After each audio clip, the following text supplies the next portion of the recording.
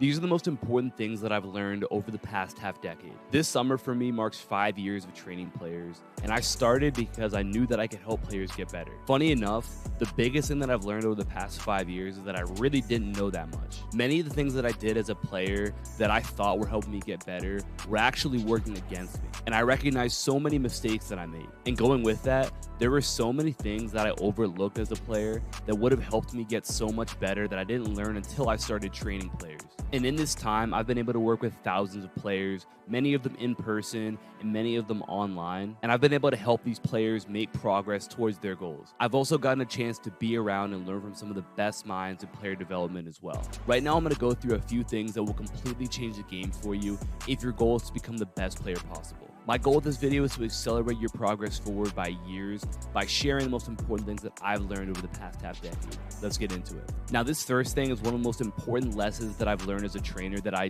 completely overlooked as a player, and it's a big reason that I wasn't as good as I probably could have been.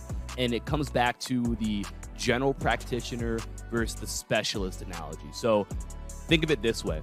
When we talk about doctors, you have general practitioners who are more of like your general doctors. They can kind of do a bunch of different things. They don't have a specialty. And then you have specialists who these doctors are focused on a specific area. So this could be like an orthopedic surgeon or a cardiologist or something where they have a specific focus on something. And so when we take these two things, yes, they're both doctors. They both get paid well. But generally, specialists make about $100,000 more than a general practitioner would make. And there's actually certain specialists that are going to make up to 3 times more than a general practitioner is going to make. So the point of me saying that is this. We want to be a specialist. We want to have a role that's going to demand and going to bring more value, because ultimately that means we're going to get more in return. So specifically, we want to develop a skill to a very high level so that we can hang our hat on that. So this could be shooting, this could be ball handling, passing, like facilitating in general. This could be driving to the basket. This could be defense. It could be rebounding, but it needs to be something that we're very, very good at, and that a coach can look at us and say, this is how this player can help the team, right? What we don't want to be is we don't want to be a generalist. We don't want to be okay in a few different things, because then we're not going to have the confidence of, hey, I can contribute here. I know that if I'm in a game, I can do this, I can contribute this way. And it's also harder for a coach to look at you and say, yes, this is how this player can help the team, when you're kind of just okay at everything. We want to be a specialist. We want to have at least one area that we're really, really good at. Now, this doesn't mean that you need to only be good at one thing or that you only need to focus on one thing. Ideally, you can be elite at multiple things, right? But if you're not elite at anything right now, my suggestion is that you want to take the area that you're best at or that you're most confident doing, and you want to focus on becoming great at that, becoming elite at that. Focus on building 1 or 2 areas to that elite level, and you're going to become incredibly confident in yourself on the court, and you're going to be able to make a better impact, and your value to whatever team you're on is going to skyrocket. If you're a great shooter, that's something that you're going to be able to contribute to a team regardless of what team you might play on. If you're just okay at shooting, okay at ball handling, okay at defense, well, chances are we're in a game where there's 5 players on the floor. Coaches can find players that can do those things better than you, and then you're kind of the odd man out. So you got to have something you can really hang your hat on. And this doesn't just need to be offense either. Notice that I mentioned defense, rebounding. If you're a pretty good defender, focus on becoming elite as a defender, and that's going to make you super valuable to a team. Same thing as a rebounder. If you're a pretty good rebounder, focus on becoming elite at that, and it's going to allow you to have a huge impact wherever you're at. But a huge mistake that I made as a player was not giving myself a focus when it came to my improvement. And what I really mean by this is making sure that there is at least one thing that you're a specialist in, that you know you can contribute, okay? We don't want to be a general practitioner here. We want to be a specialist. So get really clear on the 1 or 2 areas that you really want to be elite in, and then focus on becoming the best at it. So going with this, let's talk about the 3 most important areas for you to focus on. Now, this is not including, like I mentioned, defense or rebounding right there. Those are also very important areas, but really I'm talking more so offensively here. And these 3 things are absolutely crucial, and I think the way that you go about developing them is going to make or break you, right? Is it going to allow you to become a great offensive player, or if you go about developing it wrong, then you're probably not going to see the results that you want to see. So these may seem obvious to you, but I want to kind of go in depth into how you should develop them. So number one is shooting, right? Shooting is the most important skill in basketball, and I don't see that changing anytime soon. And so we want to become great at that, right? If you can be a great shooter, that's ultimately what the game is all about, is putting the ball in the basket. So there's a lot of times going to be a role for you, even if you're not a great ball handler, you're not a great finisher, you don't create super well for anybody else. If you can space the floor and knock down shots, as long as you can defend at a decent level, you're probably going to be of value to whatever team you might play on, right? Whatever level you might want to play at, you're probably going to have a spot there, okay? So we talk about developing shooting. There's 3 areas specifically that we want to focus on. So number one is form, right? And really, to keep it simple, I think there's 3 major areas with this. Obviously, when it comes to form, there's probably 1,000 different little things that you can nitpick and look at and try and critique and change. But I think in general that these 3 things are the most important and are probably going to cover you in 85 to 90% of situations when it comes to your shooting form. So number one is your hand placement, okay? And I'll put a little video up here just to kind of show you like what I mean by this. Generally, I say, hey, split the air holes with your first 2 fingers on your shooting hand, and then get that guide hand thumb in that middle seam right there. And that's generally going to ensure you have pretty good hand placement. Now, everybody's a little bit different. Some people have bigger hands, smaller hands, whatever. So you may adjust that a little bit. But generally, that's what I say to players, and that usually works pretty well, allowing us to keep our hand in the middle of the ball and our guide hand right on the side of that ball right there. So then going with that, we also have our energy transfer. So being able to successfully take energy from the ground, put it into our body and then into the ball so that we can get the ball to the basket consistently is a really, really important thing. So I love using drills like this where we're going to start off nice and tall. We're going to drop down, and then we're going to transfer this energy up through our body into the ball, and we're just going to work on that ability right there. So super important thing as well. Now, the third thing is footwork. So obviously, we want to be able to be comfortable with our feet. And the most important thing when it comes to footwork is we're able to use different types of footwork depending on the situation. Sometimes you might use a hop, sometimes it might be a 1-2, but being comfortable and confident in both of those and being able to switch that up depending on the situation is very, very important. I go way more in depth into this stuff when it comes to shooting, specifically in this video above, so make sure you check that out if you're interested in going deeper into all this. The second area that's really important for us to develop is decision making. The best way to train this is by doing it, right? I get this question all the time, which is, Coach, how do I become a better decision maker? How do I start to play with more confidence? And the best thing to do is to actually go do those things. So play more and be in situations where you actually have to make decisions. Do I shoot or do I pass? When do I pass? When do I drive? Which way do I drive? What kind of layup do I shoot here? What kind of pass do I throw here? All those things are questions you're going to have to be able to answer within a split second at any given time if you want to be a great basketball player. And we don't get that through doing drills. We get that through playing and being in those situations where you have to make those decisions right there, right? It actually is very, very simple when it comes down to it. If you want to be a better decision maker, play more. And I'll go as far as to say this. We're going to talk about basketball IQ in a little bit here too. But when it comes to basketball IQ, decision making, those sorts of things, it's the most important thing, because almost none of the physical skills matter if you aren't a good decision maker. If you don't make good choices, if you can't make the right choice consistently, then it's going to be very difficult for you to ever play well or play well consistently right there. So playing as much as you can and playing against the best competition that you can is going to help you develop this. And it's also going to help you develop one of the most important things that you need to have if you want to be a great player, which is your ability to compete.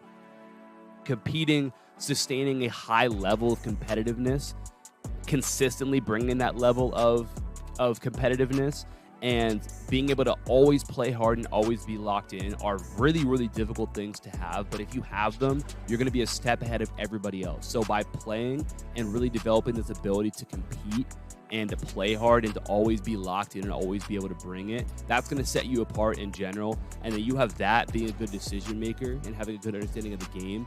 It's going to skyrocket every single other skill you might have. And it's really the key to you being a great player. Okay, so playing is so important when it comes to developing that decision making. And that's something that I really think players should spend a lot of time on and a lot of focus on. Number 2 is reps. And obviously, we all know this. Obviously, that's the most important thing when it comes to shooting, is getting your reps. But I think we need to make sure we do it in a way that's smart and in a way that's actually going to push us towards improving, right? This is an area we're going to talk about later on in the video as well, but we want to make sure that the things that we're doing are actually going to be transferable over to games, because a lot of times the way that we work on shooting and the way that we get our reps maybe works on 5%, 10% of the actual shots you're going to shoot in a game. When we think about reps with shooting, we think about something like this, where we're standing in the same spot, shooting the same shot over and over and over and over and over and over again, right? And let's think about this from a couple of different perspectives. First of all, yeah, you're going to shoot some shots like this during games, but how many shots are you actually going to shoot that are wide open like this, where you haven't had to move, you're just kind of standing still, wide open, catch and shoot threes? That might happen on what? 10% of your shots, 20% of your shots. If you're on a really good team, maybe 30% of your shots, 40 maybe on a really, really good team. Generally, you're going to be moving into your shot. You're going to be coming off of some sort of action. Maybe you're going to be obviously dribbling into your shot, something like that. But a lot of times we think of shooting, we think of reps as, oh, I got to make sure that I get these types of shots up. When in reality, there is way more that we should be focusing on if we want to actually become a great in-game shooter. So the shots that I think are really important to rep out would be like driving kick relocation shots. So you're relocating up or relocating down, depending on where that drive is coming to. A lot of times you're going to be moving side to side before you get into a catch and shoot shot. So that's one right there. Pin downs and off-ball screens are another important type of shot to be able to make, and that happens quite a lot as well. Getting into shots coming off of like transition, so another thing that's important. And obviously, when we talk about off the dribble, working on 1 and 2 dribble pull-ups, depending on who you are, that's probably in the mid-range, but maybe even for 3, like if you're coming off of a ball screen or something like that. So those are all important game shots to focus on. And we need to make sure that we're not just working on our standstill catch and shoot, because this is probably what I see with most players that I'm around, is like this is what they consider their shooting work.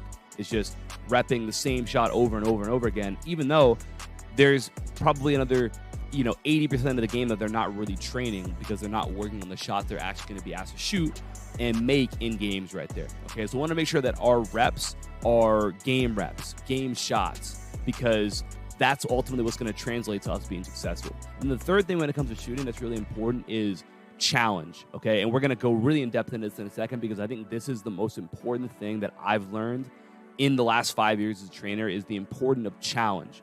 And when it comes to shooting, we need to prepare for the inevitable difficulty, the inevitable variability of shots we're going to get in games.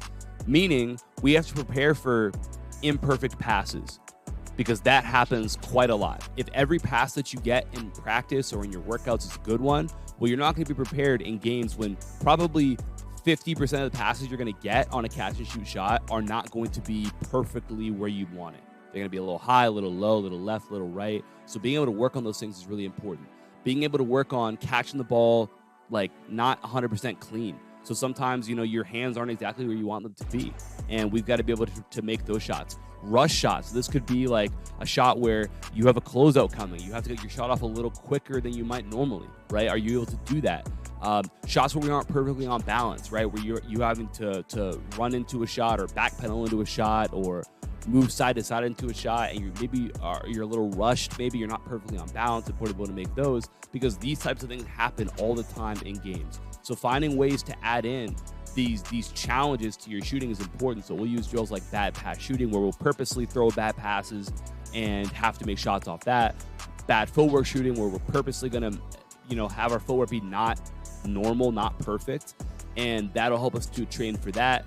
Sometimes we'll work on shooting really, really fast, and that way we're training to be able to make shots when we have to rush a little bit. Okay, so it's important that we focus on challenge. This is an area that when I first started, I didn't even think about. I never even considered. It was all about form and game reps, and there was no sort of thought about, well, how about the imperfection that comes with games? Because all of you watching right now, you understand that practice and games are two different things. They feel different. What you're asked to do is a lot of times different. So how do we make sure that we're prepared for that difference? And it's by making sure that we add in this challenge, that we're ready to be successful when it comes to handling the different things that get thrown at you. So the third area we're going to talk about that's important to develop when we talk about the offensive side of things is ball handling. Ball handling is freedom on the court. If you can handle the ball, it means that you can go where you want to go. You don't have to be afraid of going anywhere because you can handle yourself. You're going to be able to make more plays. You're going to be able to just do so much more on the court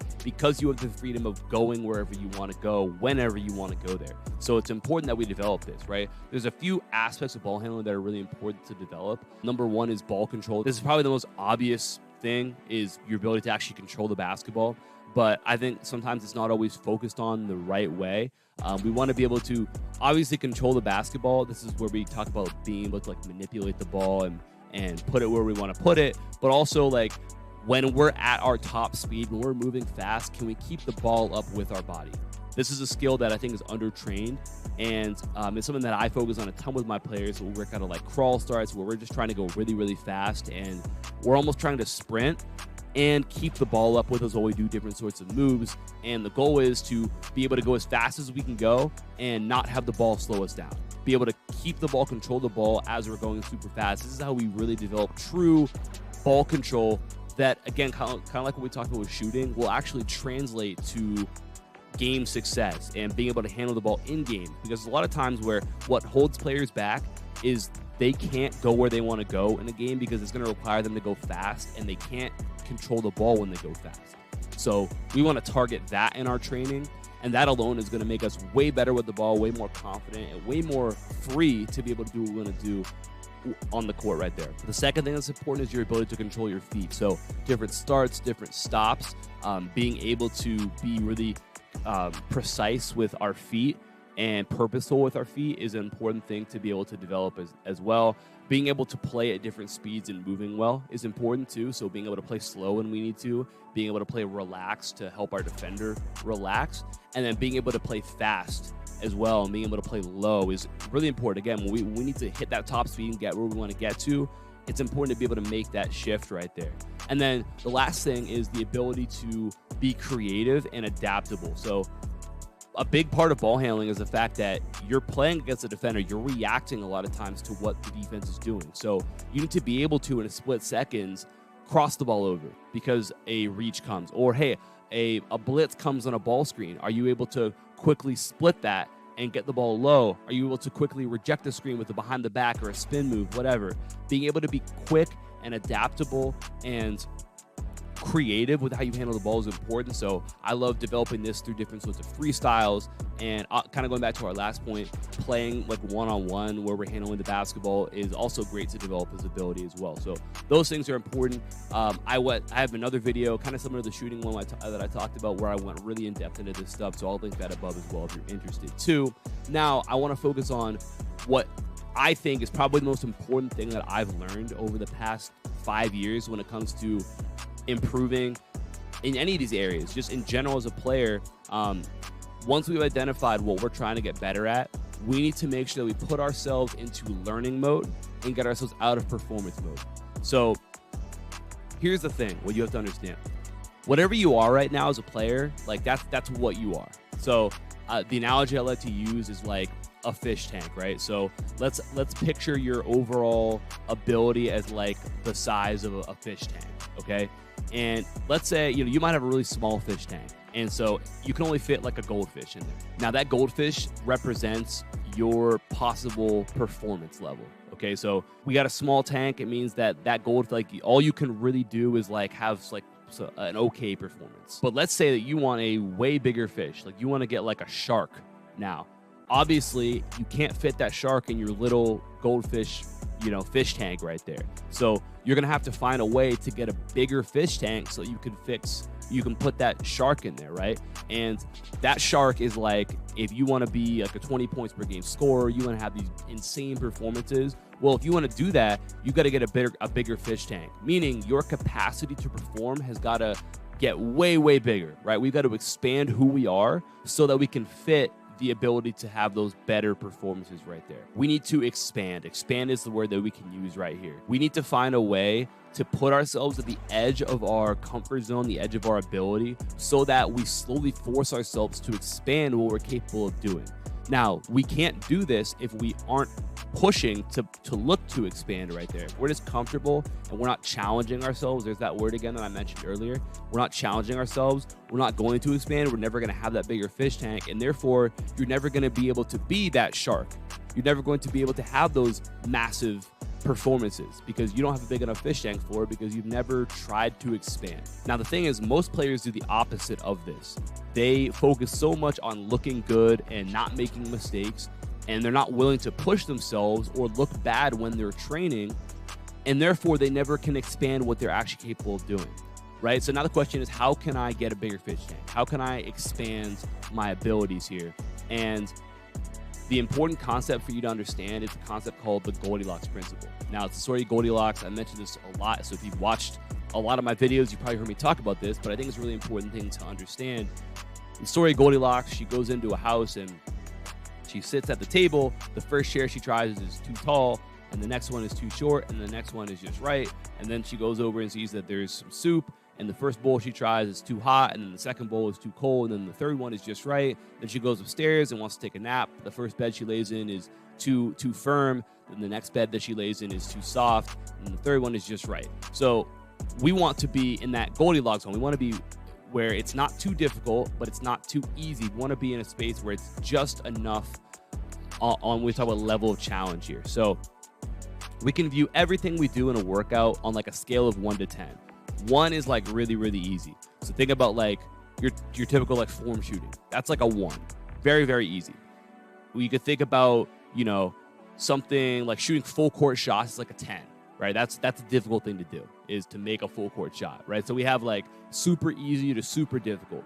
Now we want to be between a 4 and an 8 as much as we possibly can be inside of our training. And I would say on the higher end is ideally where you want to be. You want to be pushing like a 7 or an 8 as much as you can in your training, where things are pretty difficult. You're succeeding about 20 to 30% of the time, and you might be failing, you know, the rest of the time, right? You're succeeding 40% of the time, but you might be failing 60% of the time. That's kind of where we want to be right there. If you're in that 1 to 3 range, you're probably succeeding every rep, right? So the drills you're doing are probably very easy. They're not really challenging you all that much, and you don't really have to try that hard or think too much about it. And that 9 to 10 zone is probably a little bit too hard. You're probably almost never succeeding, and so we don't want to be there either. We don't want to be failing every single time. So we want to be in that 4 to 8 range where there's going to be a solid level of challenge where you're not going to be succeeding every single time, but you're not failing every single time either. And that's the range that if you can consistently stay there and all of your workouts are in that 4 to 8 range for the most part, you're going to start to expand that fish tank. And now our capacity to perform is going to be better. You're going to be able to have better performances because you're actually expanding what you're capable of doing. That's what adding challenge and being in that Goldilocks zone is going to do for you. So how can we adjust our drills and our workouts to accomplish this? First, we have to forget about performing, right? Or looking good during workouts. We a lot of times get into this performance mode because when we're playing games or when you're at a team practice, a lot of times we're only focused on looking good. We want to go out there and play our absolute best because we want to get more playing time. We want to win the game, whatever the case may be. We have to play well. Performance matters. But when we get to practice, the goal is different. The goal isn't to score the most points anymore. The goal isn't to win the playoff game anymore. The goal is, how do I get better? So because the goal is shifted, our mindset has to shift too. So now we've got to shift from being worried about performance to being worried about learning. And in order for us to learn, we can't be at our best performance. We can't be, right? We can't be succeeding every time, because when you succeed every single time, your brain doesn't force any sort of improvement because you're already succeeding. So why would your brain take any sort of mental or physical energy towards improving when it doesn't have to? You have to force your brain to say, hey, we've got to become better at this. And your brain is only going to acquire skills when it's forced to, because it takes up energy. It takes effort to do that, which is why when you put yourself in this Goldilocks zone, you have a real tough workout, you're going to feel probably really tired. You might feel kind of bad, right? You're not going to feel great because you're actually forcing your brain to improve right there. And that's the best place for you to be in, okay? So we have to ask ourselves, first of all, do we need to make things easier? If drills are too difficult, can we remove some of the challenge we talked about, right? Can we move maybe a little bit closer to the basket? Can we go a little bit slower in a drill that we're doing so that we're not failing every single time? But then on the flip side, if things are becoming really easy for you, can we add more challenge to it? So can we move back farther? Can we take a shooting drill and add something that's going to make it more difficult? Can we say, hey, instead of making 3 here, I've got to make 3 in a row now, right? Can we add a level of challenge to our workouts to push us into that 4 to 8 range? And can we be okay with the fact that it's probably going to mean you're going to look worse in workouts sometimes? When you try and go faster, you try and do that drill a little harder, or you try to add a certain number that you're trying to get to and you fail more, you're going to look worse. You're probably going to feel worse. But in reality, it's the best thing you could possibly do. You can't let how you feel trick you when it comes to your improvement. So think of it like the rule of thirds. A third of the time, you're going to feel really good. Another third of the time, you're going to feel okay. And then that last third, you're going to feel bad. And so that might mean if you're training for 6 days a week, 2 of those days you feel good, 2 of those days you feel okay, and 2 of those days you feel bad. In reality, what it also might look like is maybe over a 3-month span of time, right? Maybe over a summer, maybe 1 month you're trying to, improve your shooting. And so it's really difficult. You feel bad most of that month. That second month, maybe you start to feel a little bit better, so you feel okay. You feel decent. And then that third month, maybe it starts to click for you, and now you feel good. Understand you're not always going to feel good, and that doesn't mean that you're not doing the right things. In fact, it might mean that you actually are doing the right things. And if you're always feeling good about yourself after a workout, you probably aren't adding enough challenge. You're probably not in that Goldilocks zone, and you got to find ways to add challenge to that right there. So it's important for you to have a plan, right, when it comes to what you're going to do. The worst spot you can be in is kind of aimlessly floating around with no idea of where you're going towards, okay? So what is your plan to focus on the areas that we've talked about today? Do you know exactly what you're going to do in your workouts? Do you know what your weeks look like? If not, you need to get yourself a plan or a program that you can follow in order to make sure we focus on those things. I already mentioned it, but I have a free program that you guys can grab in my description down below. And that'll kind of give you an idea of, first of all, some of the stuff we talked about, challenge, like you'll see a lot of that stuff in there, but then also just an idea of like a roadmap to follow right there. So make sure you check that out down in the description down below. And the last thing I want to mention, I kind of already alluded to this before. This is like an absolute make or break sort of thing here. What I've noticed is that there's so many players out there who should be better than they are. And what I mean by that is like they put the work in, or maybe in workouts or in practice, they look really good. Like they look like they should be good. But then fast forward to games and they don't really make a great impact. And, maybe I'm sure players like that. Maybe you are a player who's like that. But the 2 areas that I see most frequently that causes kind of disconnect is, number 1, a lack of confidence, and then number 2, a lack of basketball IQ. Now, usually that lack of confidence is going to come back to either a lack of physical ability or a lack of basketball IQ and mental ability. So we'll as we talked about the physical stuff already, let's talk about that basketball IQ, that mental ability, that side of things right here. If you lack basketball IQ, almost nothing that you do will matter. And you will have a good game here or there. Even if you have the physical skills, you're going to have a good game here or there, but it's going to be very difficult for you to consistently play well and for you to consistently play up to your potential. The players who have a high basketball IQ are not only going to maximize their physical abilities and play well consistently, but they're probably going to play better than they actually should play. When we look at your physical abilities, if you have really high basketball IQ, you're probably going to actually outplay that ability that you have right there. So it really is the most important thing in basketball, is to have that basketball IQ, that understanding of the game. And that goes back to also the decision-making aspect as well, being good when it comes to that there. We all know players who, they may not be the best or the most talented or the most athletic, but they just know the game. They just know where to be. They know what to do. They always make the right play. And so if you want to develop that type of basketball IQ, there's 3 things you need to do. Number 1 is play more, like we've talked about. So learn how to make good decisions, make mistakes, learn how to overcome them. There's no better teacher for you than experience. That's number 1 right there. Number 2 is watch the game. So watch high school games, watch college games, watch the NBA, watch games of basketball and see the different things that go on. Okay, when does this player make that cut? When do they take that shot? What does this player look to do coming off of a ball screen? What does this player look to do on defense? You can learn a lot just by watching. And the third thing is to study and learn the details of the game. Now, a great way for you to do this is check out my free Basketball IQ Masterclass. That's linked down below, the top link in the description. This masterclass is an hour long, and it's going to give you an understanding of how to be a high-level playmaker for your team, how to score more, how to create more consistently for yourself and for your teammates, and how to develop the mindsets and the confidence necessary to reach your full potential. And right here is an example of just some stuff that people have said about this masterclass. Like I said, it's completely free. Top link in the description down below. Make sure you check that out if you want to take your basketball IQ to that next level. Hopefully this video helped you.